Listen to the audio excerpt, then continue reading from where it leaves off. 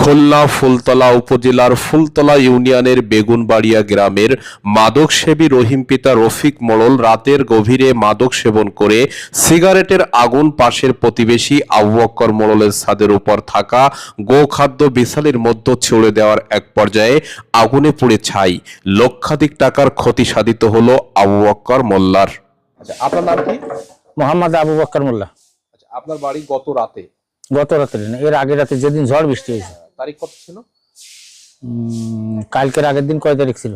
26 না 27 তারিখ। 27 তারিখ দিন গত রাতে রাত্রে, রাত 3টের সময়। কি ঘটনা ঘটে? ঘটনা ঘটে ওই পাশে আগুন ধরেছে, পশ্চিম পাশটা ধরার পর এইবার ওরা তো পানি দিয়ে লিবেছে, ওইখানে যাই দেই বিড়ির ফাঁসা আর সিগারেটের ফাঁসা। সিগারেটের ফাঁসাও আছে, বিড়ির ফাঁসাও আছে, সব আছে ওইখানে। তাহলে নিশ্চয়ই ছাদ পার হয়ে আছে। ছাদ পার হয়ে যে আছে তারে আমি ধরেছি ওখানে। তার নাম আছে রহিম মোড়ল, 25 বছর।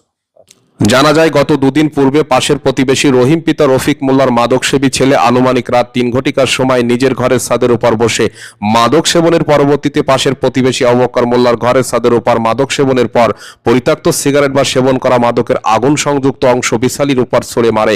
পরবর্তীতে কিছু সময়ের মধ্যে মাদক সংযুক্ত আগুন বিছালি সহ আশেপাশের শুকনা কাঠ, ঘরের পানির লাইনের পাইপ, পানির ট্যাঙ্কি সহ মূল্যবান আসবাবপত্র পুড়ে ছাই হয়ে যায়। উক্ত ঘটনায় আবু বক্কর মোল্লার প্রায় 1 লক্ষাধিক টাকার উপর ক্ষতি সাধিত হয়েছে। আপনারা কি ঘুমানো ছিলেন? আমরা তো ঘুমানি ছিলাম। সেই ঘুম অবস্থায় টের পাইলেন? ওরা চিল্লাফিল্লা করতেছে, আপনাদের বাসা আগুন। লোকজন চতুর্দিক দিয়ে আসে। তারপরে আমরা ওই দরজা খুলে ভিতরে ঢুকে দেখি দাউ দাউ করে আগুন ধরতেছে। আনুমানিক রাত কত ছিল তখন? 3টার পর। এ ব্যাপারে ক্ষতিগ্রস্ত পরিবারের অভিভাবক আবু বক্কর মোল্লা স্থানীয় থানাতে অভিযোগের জন্য আসলে স্থানীয় নেতাকর্মীরা আবু বক্কর মোল্লাকে আলোচনার মাধ্যমে মীমাংসা করে নেওয়ার পরামর্শ দেন।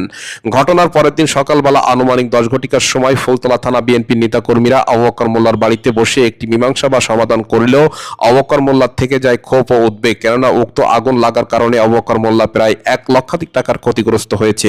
কিন্তু মীমাংসা বা মিটিংয়ে ক্ষতিপূরণ বাবদ আবু বক্কর মোল্লাকে 5000 টাকা দেওয়ার কথা উল্লেখ করলেও আবু বক্কর মোল্লা ক্ষতিপূরণ বাবদ 5000 টাকা নিতে রাজি হয়নি, কেননা সে 1 লক্ষাধিক টাকার বেশি ক্ষতিগ্রস্ত হয়েছে উক্ত ঘটনায়।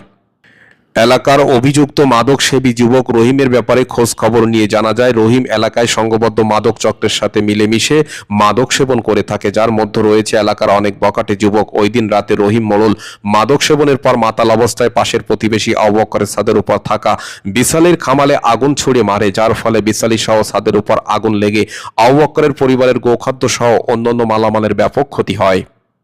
গভীর রাত আনুমানিক 3 ঘটিকার সময় আবু বক্কর মোল্লার বাড়ির সদস্যরা আগুনের অস্তিত্ব টের পেয়ে ঘুম থেকে উঠে আগুনের উপর পানি ব্যবহারের মাধ্যমে পরিস্থিতি নিয়ন্ত্রণে আনতে সক্ষম হয়। উক্ত ঘটনার পরেই প্রতিবেশী রফিকের ছেলে রহিম গা ঢাকা দিয়েছে। এলাকায় উক্ত বিষয় নিয়ে তীব্র নিন্দা জানিয়েছেন রফিকের পরিবারের উপর। তবে ভুক্তভোগী পরিবারের কোনো ব্যক্তি আহত বা হতাহতের কোনো সংবাদ পাওয়া যায়নি।